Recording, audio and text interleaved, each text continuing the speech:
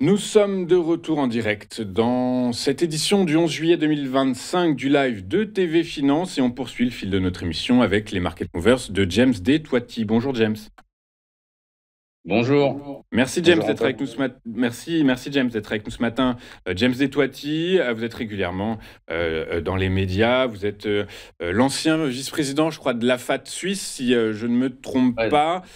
Et donc avec nous dans les Market Movers aujourd'hui pour nous expliquer sous le prisme de trois actifs s'il est intéressant de les avoir en portefeuille ou non. On va commencer avec le titre d'Orange qui recouvre la faveur des analystes financiers puisque les ratios, notamment de dette, sont plus sains. Les perspectives de croissance avec différentes opérations de croissance externe à travers le monde rassurent. Qu'en pense l'analyse technique ?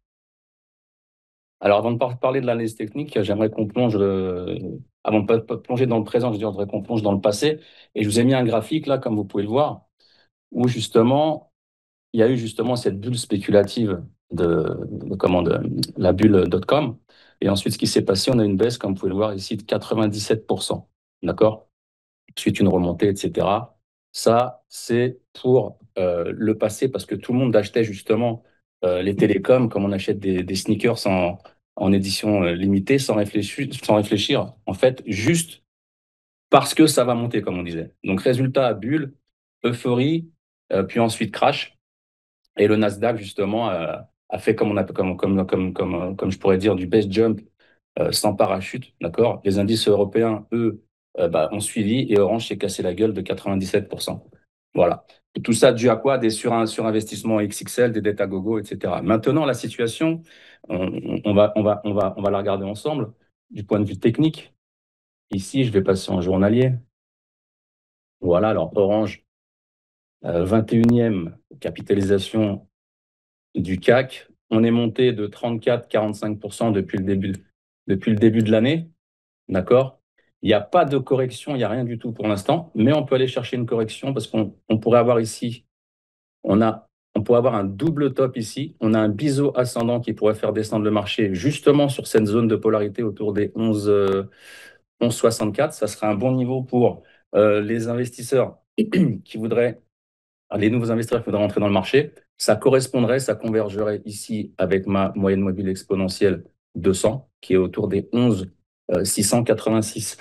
Par contre, en extension, on pourrait aller chercher plutôt les 13,54, puis les 13,670, et enfin ici, ce gap ici, vers les 14,325.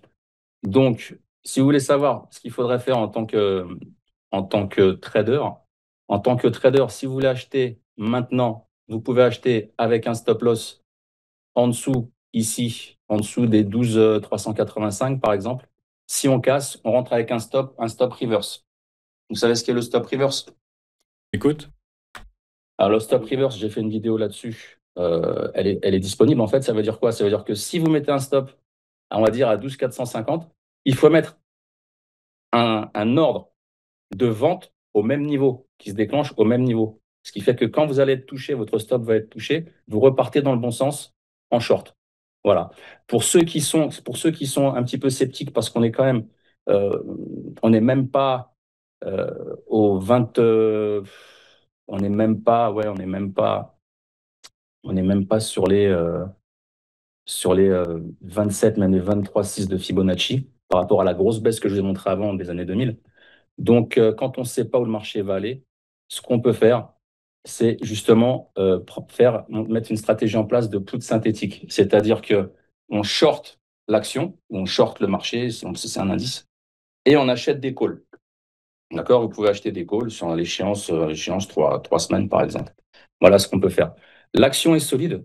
Avoir Orange dans son portefeuille, c'est très bien. D'accord? Pas en avoir, comme dirait, je ne sais plus comment elle s'appelle, l'influenceuse, t'as pas de shampoing, t'es une femme, t'as pas de shampoing, non mais allô. Donc, allô, si vous n'avez pas Orange dans votre portefeuille, c'est pas top. Voilà. Je Du sais coup, pas, j'ai pas. Ok, Je ok. travaille pas pour Orange, hein, mais On, c'est une très bonne action et il faut l'avoir dans son portefeuille.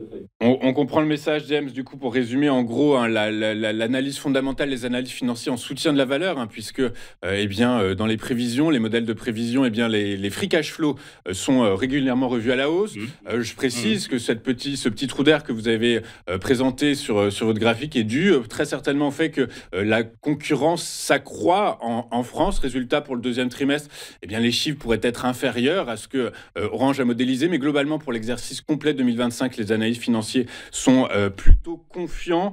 Par ailleurs, comme vous l'avez dit, c'est une valeur intéressante, d'autant plus que de fonds de portefeuille, d'autant plus qu'elle verse un dividende qui est environ de 3% par an. Donc voilà, il y a matière à s'intéresser à ce dossier et on va finir avec les ratios de valorisation, puisqu'on les aime beaucoup, le fameux PER, PER, qui est relativement abordable pour 2025, monté à 16 et potentiellement à 10, vous voyez, pour l'exercice Ouais. 2026 quand on fait des projections. Donc, vous voyez, en plus, c'est même pas super cher, donc Donc, intéressant.